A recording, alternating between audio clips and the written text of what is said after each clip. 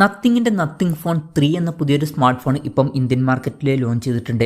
ഈ ഒരു smart phone 80,000 രൂപ പ്രൈസ് റേഞ്ചിലായിട്ടാണ് ഇന്ത്യൻ മാർക്കറ്റിൽ ഇപ്പോൾ ലോഞ്ച് ചെയ്തിരിക്കുന്നത്. ശ്രദ്ധിക്കേണ്ട കാര്യം, ഫ്ലാഗ്ഷിപ്പ് ലെവലിൽ വരുന്ന പ്രൈസിങ്ങിലാണ് ഈ ഒരു സ്മാർട്ട് ഫോൺ വരുന്നത്. എന്തായാലും ഈ ഒരു വീഡിയോയിൽ നമ്മൾ നോക്കാൻ പോകുന്നത് നത്തിങ് ഫോൺ 3 എന്ന ഫോണിൻ്റെ ഒരു സ്പെസിഫിക്കേഷൻ അനാലിസിസ് ആണ്. പിന്നെ വീഡിയോ തുടങ്ങുന്നതിന് മുമ്പ് പറയാനുള്ളൊരു കാര്യം എന്താ വെച്ചാൽ, ഇതുപോലെ നിങ്ങളുടെ സ്വന്തം ഫോട്ടോ അല്ലെങ്കിൽ നിങ്ങൾക്ക് ഇഷ്ടപ്പെട്ട ഡിസൈൻ പ്രിന്റ് ചെയ്തിട്ടുള്ള മൊബൈൽ കേസുകൾ അഫോർഡബിൾ ആയിട്ടുള്ള പ്രൈസ് റേഞ്ചിൽ വേണം എന്നുണ്ടെങ്കിൽ ഇവിടെ ഒരു വാട്സപ്പ് നമ്പർ കൊടുക്കുന്നുണ്ട്. താഴെ ഡിസ്ക്രിപ്ഷനിലും കമന്റ് ബോക്സിലും ആ ഒരു വാട്സപ്പ് നമ്പർ കാണാം, നിങ്ങൾക്ക് കോൺടാക്ട് ചെയ്യാവുന്നതാണ്. ഇപ്പം നമ്മൾ ആദ്യം ഡിസ്പ്ലേയുടെ കാര്യം നോക്കുകയാണെന്നുണ്ടെങ്കിൽ നത്തിങ് ഫോൺ 3 6.6 ഇഞ്ചിൻ്റെ 1.5K റെസൊല്യൂഷനിൽ വരുന്ന ഡിസ്പ്ലേ ആണ് വരുന്നത്. അമോലെഡ് ഡിസ്പ്ലേ ആണ് ഇതിൽ കൊടുത്തിരിക്കുന്നത്. ഫ്ലാറ്റ് ആയിട്ടുള്ള ഡിസ്പ്ലേ ആണ് വരുന്നത്. പഞ്ചോൾ ഡിസൈൻ വരുന്നുണ്ട്.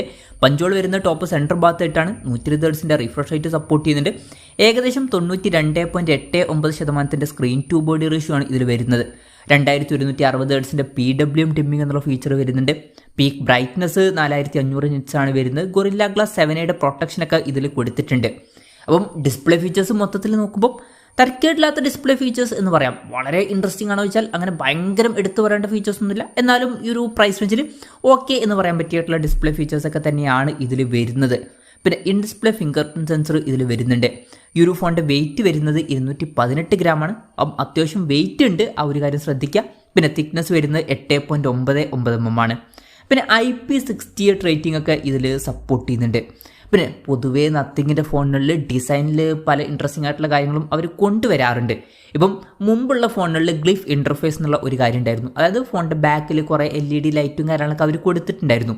പക്ഷേ ഈ ഒരു ഫോണിൽ അത് ഒഴിവാക്കിയിട്ടുണ്ട്. പകരം അവർ കൊണ്ടുവന്നിട്ടുള്ളൊരു കാര്യമാണ് ഗ്ലിഫ് മെട്രിക്സ് ഇൻ്റർഫേസ് എന്നുള്ള കാര്യം. അപ്പോൾ സംഭവം എന്താ വെച്ചാൽ, ടോപ്പ് ലെഫ്റ്റ് ഭാഗത്തായിട്ട് ചെറിയൊരു സർക്കുലർ ടൈപ്പിലുള്ള ഡിസൈനും കാര്യങ്ങളൊക്കെ കൊടുത്തിട്ടുണ്ട്. ഇതിൽ 489ഓളം LED ലൈറ്റ്സും കാര്യങ്ങളൊക്കെ വരുന്നുണ്ട്. ഇപ്പം നോട്ടിഫിക്കേഷൻസ് ഒക്കെ വരുമ്പം ഇത് നോക്കിയിട്ട് അറിയാൻ കഴിയുന്നതായിരിക്കും. ചില നോട്ടിഫിക്കേഷൻസ് ഒക്കെ ഇതിൽ കാണിക്കുന്നതായിരിക്കും.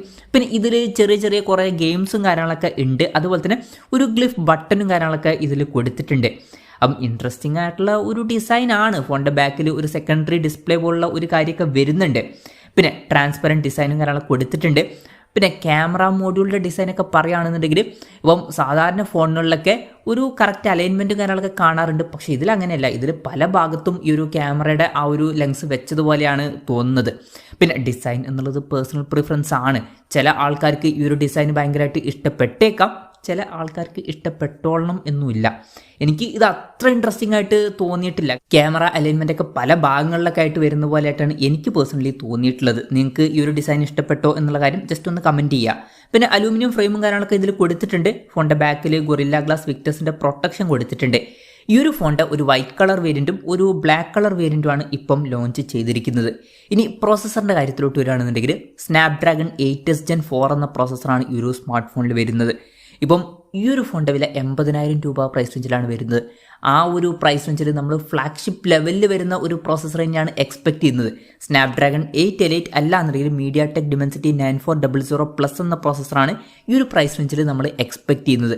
ഇപ്പം ഇതേ സെയിം പ്രോസസ്സറുമായിട്ട് വരുന്ന ചില ഫോണുകൾ നമുക്ക് 32,000 രൂപ പ്രൈസ് റേഞ്ചിൽ കിട്ടുന്നുണ്ട്. ഇപ്പം iQOO Neo 10ലും അതുപോലെ തന്നെ പോക്കോ F7 വരുന്ന സെയിം പ്രോസസ്സറാണ് ഈ ഒരു സ്നാപ്ഡ്രാഗൺ 8s Gen 4 എന്ന പ്രോസസ്സർ.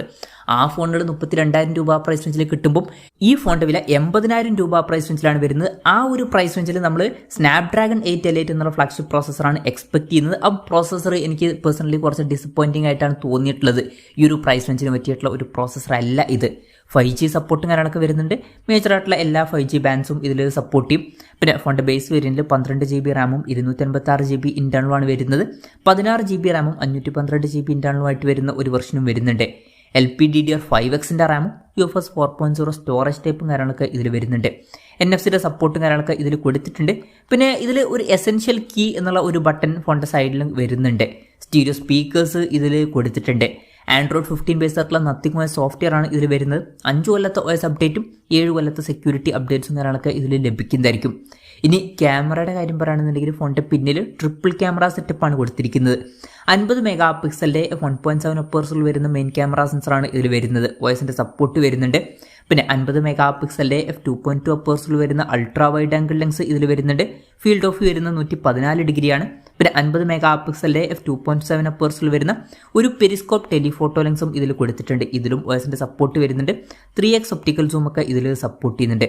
പിന്നെ ഫ്രണ്ടിൽ 50 മെഗാ പിക്സൽ സെൽഫി ക്യാമറയാണ് വരുന്നത്. അപ്പം ഓൺ പേപ്പർ തരക്കേടില്ലാത്ത ക്യാമറ സ്പെസിഫിക്കേഷൻ വരുന്നുണ്ട് എന്ന് പറയാം. ബാറ്ററിയുടെ കാര്യത്തിൽ 5500 mAh ബാറ്ററിയാണ് ഇതിൽ കൊടുത്തിരിക്കുന്നത്. തരക്കേടില്ലാത്ത ബാറ്ററി കപ്പാസിറ്റിയാണ്. 65 വാട്ടിൻ്റെ ഫാസ്റ്റ് ചാർജിംഗ് സപ്പോർട്ട് വരുന്നുണ്ട്. പിന്നെ 15 വാട്ടിൻ്റെ വയർലെസ് ചാർജിംഗ് സപ്പോർട്ടും ഇതിൽ വരുന്നുണ്ട്. ടൈപ്പ് സി ചാർജിംഗ് പോർട്ടാണ് ഇതിൽ കൊടുത്തിരിക്കുന്നത്. അപ്പം തരക്കേടില്ലാത്തൊരു ബാറ്ററി സെറ്റപ്പ് എന്ന് പറയാവുന്നതാണ്. അപ്പം ഇതൊക്കെയാണ് മൊത്തത്തിൽ ഫീച്ചേഴ്സിനെ പറ്റി പറയാനുള്ള കാര്യങ്ങൾ. ഇനി വിലയുടെ കാര്യം പറയുകയാണെന്നുണ്ടെങ്കിൽ 12 GB റാം വെർഷൻ്റെ വില വരുന്നത് 79,999 രൂപയാണ്. 16 GB റാം വെർഷൻ്റെ വില വരുന്നത് 89,999 രൂപയാണ്. ജൂലൈ 15 മുതലാണ് ഫോണിൻ്റെ സെയിലും കാര്യങ്ങളൊക്കെ സ്റ്റാർട്ട് ചെയ്യുന്നത്. പിന്നെ ഇനീഷ്യലി ചില ഓഫേഴ്സും കാര്യങ്ങളൊക്കെ ലഭിക്കുന്നതായിരിക്കും. എല്ലാ ഓഫേഴ്സും കഴിഞ്ഞിട്ട് 62,999 രൂപയ്ക്ക് 12 GB റാം വെർഷൻ വരുന്നതായിരിക്കും. അതുപോലെ തന്നെ 16 GB റാം വെർഷൻ 72,999 രൂപയ്ക്കും ലഭിക്കുന്നതായിരിക്കും. എന്തായാലും ഓവറോൾ നോക്കുകയാണെന്നുണ്ടെങ്കിൽ ഈ ഒരു 80,000 രൂപ പ്രൈസ് റേഞ്ചിൽ ഈ ഒരു ഫോൺ അത്ര മികച്ചൊരു ഫോണായിട്ട് എനിക്ക് പേഴ്സണലി തോന്നിയിട്ടില്ല. പ്രത്യേകിച്ച് പ്രോസസ്സറിൻ്റെ കാര്യത്തിൽ ഈ ഒരു പ്രൈസ് റേഞ്ചിൽ ഫ്ലാഗ്ഷിപ്പ് പ്രോസസ്സർ എക്സ്പെക്ട് ചെയ്യുന്നുണ്ട്. അത് ഇവിടെ മിസ്സിംഗ് ആണ്. അങ്ങനെ എടുത്തു പറയേണ്ട എന്തെങ്കിലും ഫീച്ചേഴ്സ് ഉണ്ടോ എന്ന് വെച്ചാൽ ഇപ്പം ഡിസൈനിലൊക്കെ അവർ പല കാര്യങ്ങളും കൊണ്ടുവന്നിട്ടുണ്ട്. അപ്പം അത് എത്ര യൂസ്ഫുൾ ആവും എന്നുള്ളത് കണ്ടറിയേണ്ടി വരും. അപ്പം എനിക്ക് ഈ ഫോൺ ഈ ഒരു പ്രൈസ് റേഞ്ചിൽ അത്ര മികച്ചൊരു ഫോണായിട്ട് തോന്നിയിട്ടില്ല. എൻ്റെ ഒരു അഭിപ്രായത്തിൽ ഈ ഒരു പ്രൈസ് റേഞ്ചിൽ ഐഫോണോ അല്ലെങ്കിൽ സാംസങ്ങിൻ്റെ S25 സീരീസിൽ വരുന്ന ഫോണുകളൊക്കെ എടുക്കാവുന്നതാണ്. ഈ ഒരു ഫോൺ സ്കിപ്പ് ചെയ്യാം എന്നാണ് എനിക്ക് പേഴ്സണലി തോന്നിയിട്ടുള്ളത്. ഇപ്പോഴും മനസ്സിലാവാത്തൊരു കാര്യം, എന്ത് കണ്ടിട്ടാണ് അവർ 80,000 രൂപയ്ക്ക് സ്നാപ്ഡ്രാഗൺ 8s Gen 4 എന്ന പ്രോസസ്സർ കൊടുത്തത് എന്നാണ്.